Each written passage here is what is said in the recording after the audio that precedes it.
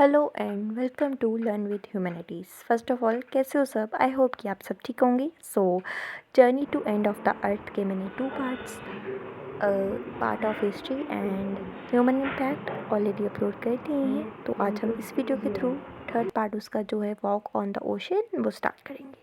So walk on the ocean basically लोग सोच रहे होंगे कि इस पे ओशन पे चलने की बात करेंगे। नहीं, आप वीडियो देखो, आपको समझ आ जाएगी।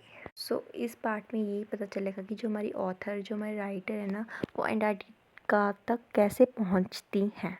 क्योंकि ऑब्वियस सी बात है कि अंटार्कटिका में पहुंचना इतना भी आसान नहीं है जितना हम घर पे बैठ के सोचते हैं, है ना। क्योंकि सबसे फर्स्ट पॉइंट कि वो एग्जिस्ट करता है अर्थ के बिल्कुल एंड में। अब वो बता रही हैं कि जो उनका ये पूरा सफ़र था ना, वो एक एपिफेनीस था। अब एपिफेनीस का मतलब फुल ऑफ रियलाइजेशन, है ना।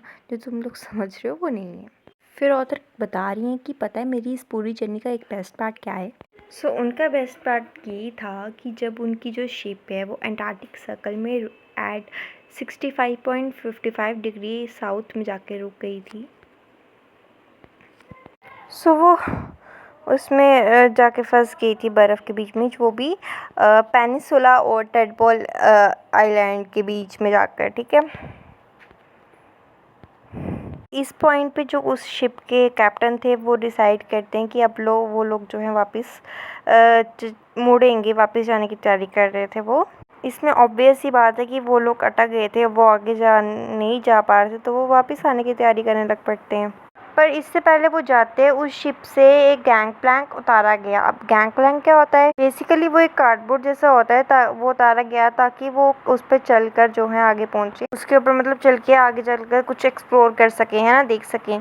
आप लोग गैंग प्लैंक को एक कार्डबोर्ड, बड़ा सा कार्डबोर्ड समझ सकते हो। फिर वो बता रही हैं कि वो जो लोग थे वो सब कुल मिलाकर 52 लोग थे और सबके पास गोरेटेक्स और ग्लेयर्स थे। गोरेटेक्स का मतलब वाटर प्रूफ बैग्स और ग्लेयर्स का मतलब होता है टॉर्च, समझ लो तुम। ये सब चीज़ें उनके पास इसलिए थी ताकि वो इजीली उस वाइट लैंड मास के ऊपर चल सके। और फिर ऑथर कह रही हैं कि वो जो लोग हैं वो जब चल रहे थे ना, हम लोग, तो वो ऐसा लग रहा था कि ये जो वाइट लैंड मास है ना, ये कभी ख़त्म ही नहीं होगा। वो लोग आइस के ऊपर चल रहे थे जो कि 1 मीटर थिक, लेकिन उसके नीचे 180 मीटर तक बहुत सारा खारा सोडा था।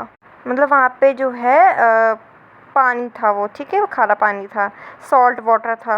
वो जो सॉल्ट वाटर था वो लिविंग एंड ब्रीथिंग था। अब हमारे राइटर यहाँ पे आगे बता रही हैं, उन्होंने लिविंग एंड ब्रीथिंग का यहाँ पे इसलिए यूज़ किया है क्योंकि उसके नीचे बहुत लिविंग और ब्रीथिंग एनिमल्स या इंसेक्ट्स थे, सॉरी ऑर्गेनिज्म थे।